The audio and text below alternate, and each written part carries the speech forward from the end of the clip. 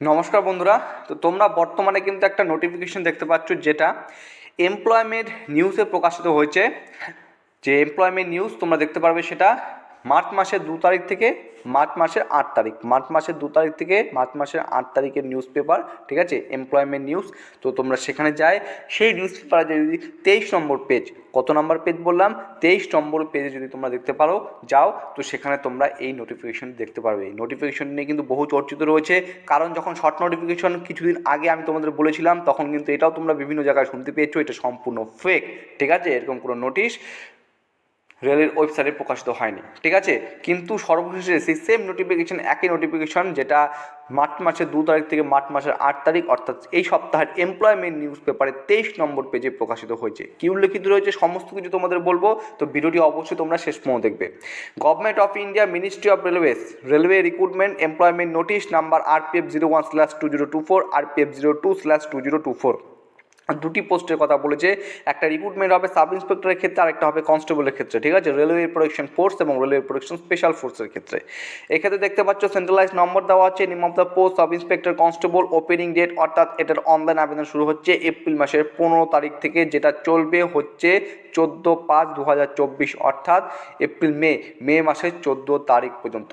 April মাসের 15 তারিখ থেকে অনলাইন শুরু হবে এবং যেটা চলবে মে মাসের 14 তারিখ পর্যন্ত। শূন্যপদ তোমরা এখানে দেখতে পাচ্ছ সাব ইন্সপেক্টরের ক্ষেত্রে, যেখানে pay level as per 7CP অনুসারে 6 এবং graduate from a recognised university, age 20 থেকে 28 বছর, এবং এর পাশাপাশি টোটাল শূন্যপদ রয়েছে 452টি। আর কনস্টেবল পদের ক্ষেত্রে যোগ্যতা মাধ্যমিক লাগে এবং এর বয়স 18 থেকে 28 বছরের মধ্যে হয়ে থাকলে তুমি অবশ্যই এখানে আবেদন করতে পারবে। এখানে কিন্তু 3 বছরের ছাড় দেওয়া হয়েছে, কিসের জন্য? কোভিড-19 প্যান্ডেমিকের জন্য 3 বছরের ছাড় দেওয়া হয়েছে। অর্থাৎ তুমি যদি ইউআর প্রার্থী হয়ে থাকো তাহলে 18 থেকে 28 বছরের মধ্যে হয়ে থাকলে আবেদন করতে পারবে। SC/ST প্রার্থী হয়ে থাকলে 18 থেকে 33 বছর, OBC প্রার্থী হয়ে থাকলে 18 থেকে 31 বছরের মধ্যে হয়ে থাকলে তুমি এখানে ছাড় পাবে। টোটাল শূন্যপদ যদি বলি সাব ইন্সপেক্টর এবং কনস্টেবল উভয় ক্ষেত্রে 4660টি, ঠিক আছে। তো চলো নেক্সট দেখি পরবর্তীকালে এখানে কি উল্লেখিত রয়েছে। তো দেখো এখানে যেটা বললাম, তোমাদের যে বয়সে যে রিল্যাক্সেশন দেওয়া হচ্ছে 3 বছরের জন্য, সেটা এখানে তোমরা দেখতে পাচ্ছ, এবং তোমাদের বয়স যেটা ধরা হবে অ্যাজ অন 1/7/2024, অর্থাৎ জুলাই মাসের 1 তারিখ অনুযায়ী তোমাদের কিন্তু এখানে বয়স ধরা হবে, ঠিক আছে। Physical measurement test, medical test সমস্ত কিছু হবে, এখানে সমস্ত কিছু উল্লেখিত রয়েছে, ঠিক আছে। Reservation of ex servicemen, reservation for women, অর্থাৎ মহিলা প্রার্থীদের জন্য কিন্তু তোমাদের এখানে কিছুটা ছাড় রয়েছে। মানে কি, তোমাদের এখানে রিজার্ভেশন রয়েছে। টোটাল যত শূন্যপদ থাকবে তার 50%, 15%, দেখো এখানে লেখা আছে 15% অফ পোস্ট আর রিজার্ভ ফর ওমেন, ঠিক আছে। For further information refer to the details to be published in the official website of RRB। আর বাকি সমস্ত কিছু যখন RRB ওয়েবসাইটে প্রকাশিত হবে তখন সেটা কিন্তু তোমাদের জানিয়ে দেওয়া হবে। চলো নেক্সট যেটা দেখবো সেটা হচ্ছে এক্সামিনেশন ফি। এক্সামিনেশন ফি কত রয়েছে দেখে নেওয়া যাক। দেখো এক্সামিনেশন ফি এর কথা যদি আমি বলতে চাই তাহলে কিন্তু 500 টাকা কাদের জন্য লাগবে? যারা ইউআর প্রার্থী, OBC প্রার্থী, EWS প্রার্থী, ঠিক আছে। যারা SC/ST প্রার্থী রয়েছে, যারা মহিলা প্রার্থী রয়েছে, বা যারা এক্স সার্ভিসম্যান রয়েছে, তাদের ক্ষেত্রে কিন্তু এক্ষেত্রে শুধুমাত্র 250 টাকা লাগবে।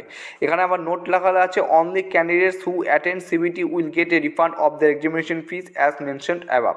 যে সমস্ত পরীক্ষার্থীর ক্যান্ডিডেট যারা CBT এক্সামে বসবে কেবলমাত্র তারাই কিন্তু এই রিফান্ড পরবর্তীকালে তোমরা পেয়ে যাবে, ঠিক আছে। এখানে কিন্তু স্পষ্টরূপে উল্লেখিত করা রয়েছে। যাদের 250 টাকা দিবে তাদের টোটালি এখানে 250 টাকা সম্মত দিয়ে দেবে।